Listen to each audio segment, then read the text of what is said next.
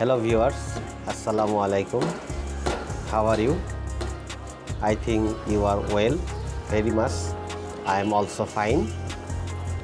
Today we discuss about the sound pollution in Dhaka city. Not only Dhaka city, all over the Bangladesh, all city, all town, there are a lots of sound pollution. Many high-rise buildings are constructed. These buildings construction work create sound pollution.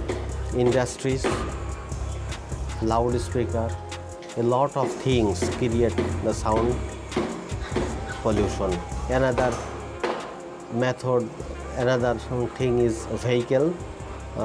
In Bangladesh today the road is very smooth, wide, and the condition of roads and highway is very nice. In the meantime, a lot of vehicles are launched in this road. It is the demand of our people.